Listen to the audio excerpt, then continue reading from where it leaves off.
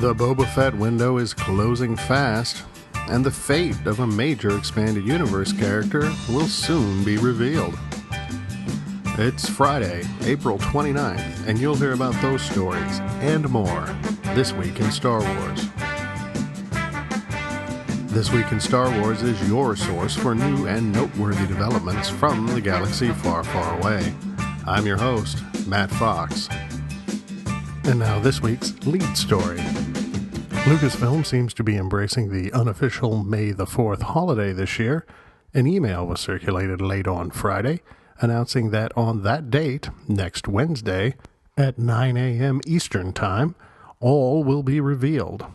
If that were the entirety of the email, it would be a very cryptic message indeed. However, the Blu-ray logo in the bottom corner would seem to indicate that all that will be revealed is in fact the details and the contents of the upcoming complete saga on Blu-ray. Lucasfilm has announced that there will be voluminous bonus materials on the disc totaling over 30 hours of content. However, apart from information on deleted scenes, none of that content has been divulged to date.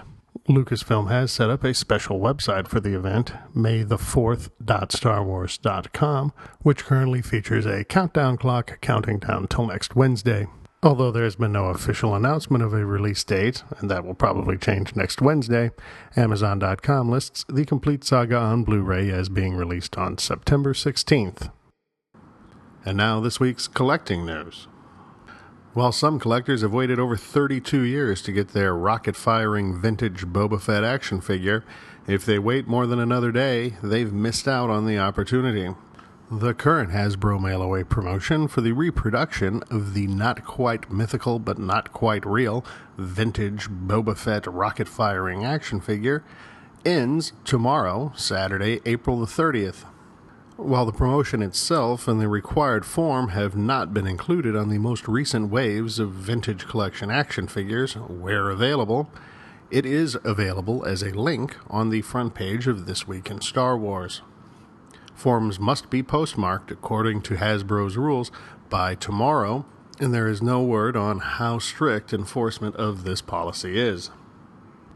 While reports of new vintage collection figures being found at retailers remains very sparse, there is a report this week on Jedi Temple Archives that the vintage collection Stormtrooper, which originally shipped with Wave 4, has already been retooled and currently shipping cases of Wave 6. The pre-yellowed helmet that has plagued clones and stormtroopers throughout the vintage collection waves apparently is gone, and the helmet itself is now the smaller, more to-scale version that many fans had requested earlier. He is perhaps easiest to tell in the packaging because of the buttons around his waist are now painted black, where on the earlier version they were simply unpainted white. Army builders, take note. Gentle Giant Collectibles has let slip 2 new exclusive busts that will be available in the coming months. The first is the second Premier Guild offering available. It is a Shadow Scout Trooper. This joins the Darth Maul without a shirt bust, which was announced several weeks ago. Gentle Giant collectors who choose to join Gentle Giant's Premier Guild Club will be able to choose one of these 2 busts as their free gift. The other is available for purchase to those who enroll in the Premier Guild for an additional $60. Yesterday, Entertainment Earth published for pre-order their exclusive Gentle Giant bust, which is an Episode 3 Obi-Wan Kenobi bust, the announcement of which led this commentator to remark, "I didn't realize they hadn't made an Episode 3 Obi-Wan Kenobi bust." Regardless, it is available for pre-order at the Entertainment Earth website and is limited to only 1,100 busts. If you are an Obi-Wan Kenobi or Gentle Giant bust collector, I encourage you to use the Entertainment Earth link on thisweekinstarwars.com's homepage. Star Tours 2, the redesigned and reimagined Star Wars-themed ride at Disneyland and Disney World, will be opening on May 20th in Orlando. This week, StarWars.com announced a number of collectibles that will be available at the launch. These include a Stitch as Yoda holographic figure, which includes a first day of issue patch and is limited to only 2,011 pieces. There will also, of course, be a series of pins available at the opening, as well as those made specifically for annual pass holders. There are also 2 figure multi-packs, which are not exclusive to the opening weekend, but are exclusive to the Disney World resorts.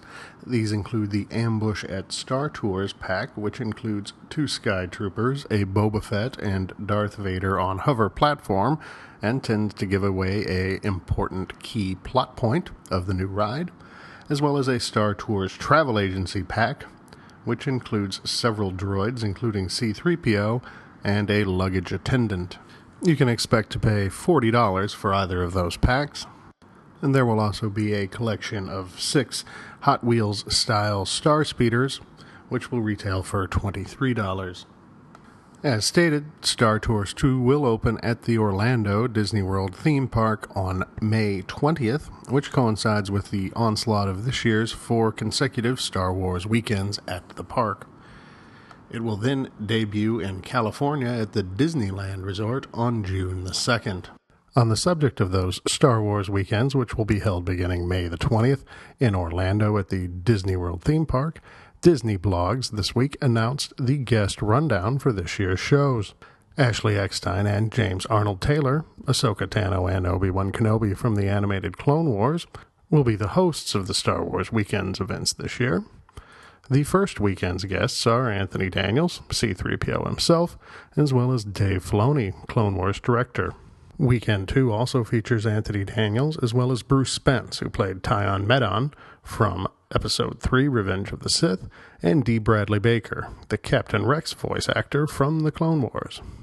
Weekend 3 features Ray Park, Darth Maul from Episode 1, Jeremy Bulloch, Boba Fett from the original trilogy, and Anakin Skywalker, Matt Lantern, from the Clone Wars.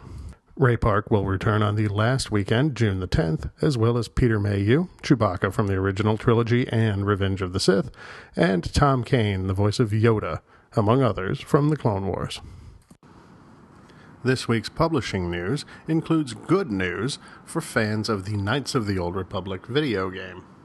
The website for the upcoming video game, Star Wars The Old Republic, contains an interview with author Drew Karpyshyn, author of the Darth Bane novels, in which he states that his next novel will be entitled Revan, and will reveal the fate of the protagonist of the original Knights of the Old Republic role-playing game.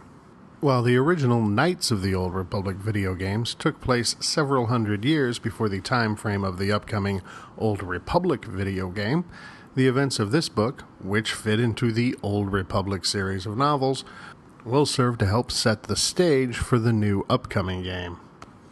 Dark Horse has 2 new titles in the stores this week, Darth Vader and the Lost Command number 4, as well as Legacy War number 5 are now available, and both are the penultimate, that means next to last for you in Wisconsin, issues of those respective miniseries. Comic book readers should also bear in mind that next Saturday, May the 8th, is Free Comic Book Day, and there is a Star Wars title this year to be had. A couple of fairly in-the-weeds video game news stories this week. The first, it was reported on several gaming sites that LucasArts has joined with Epic Games in signing a deal to assist in the development and deployment of the upcoming Unreal Engine 3 technology. While not particularly groundbreaking, this news indicates that Star Wars titles will be more easily developed on a cross-platform basis, and also hopefully will mean that games will be more easy to develop and therefore more quickly released. Also this week, the website Kotaku published reports about leaked playtesting of the upcoming Kinect Star Wars game. While all reports and demos up to this point have naturally highlighted the lightsaber combat aspects of the game, these reports discuss a pod racing element to the game, as well as the ability to play the game as a Rancor. Despite the fact that we have seen demos of the game, it is not yet officially announced or titled, but it is widely expected to be available late this year.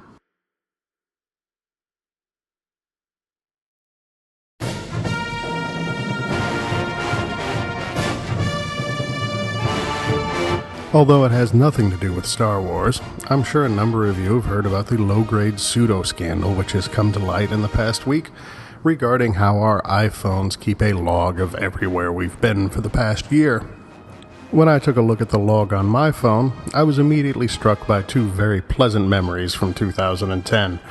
The first was my trip to Philadelphia to watch my beloved Giants embarrass the Phillies in the National League Championship Series, and the other was the wonderful trip to Orlando last August for Star Wars Celebration 5.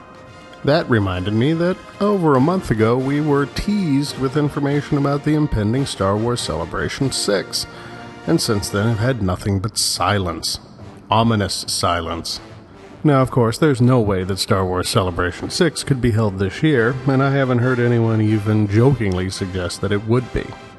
So regardless, we're talking about an event that's over a year away. We can only hope that an announcement is made soon. Star Wars fans seem to like to look forward to things, and for various reasons, the remastering of the original 6 films in 3D has not satisfied our anticipatory need. Perhaps solid news of a convention sometime in the late spring or early summer of 2012 would do so. Our Clone Wars contest giveaway continues. Details are available at thisweekinstarwars.com. This will probably be the last week to enter, so if you are interested, I advise you to get on it. And that was This Week in Star Wars. Join us again next week for more news, notes, and developments from the galaxy far, far away. Visit our website, www.thisweekinstarwars.com, or if you're in a hurry, www.twisw.com.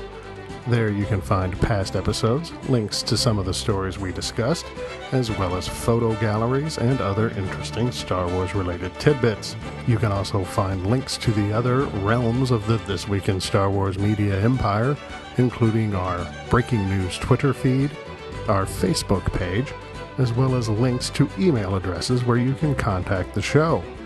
If you have questions or comments or news suggestions, we encourage you to contact us at host@thisweekinstarwars.com.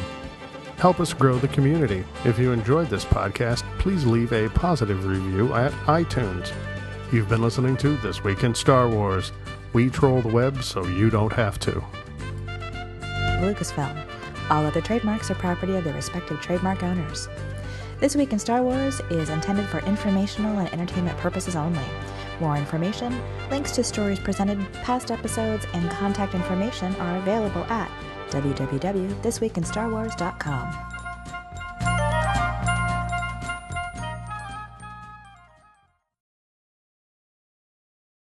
Straight cash, homie.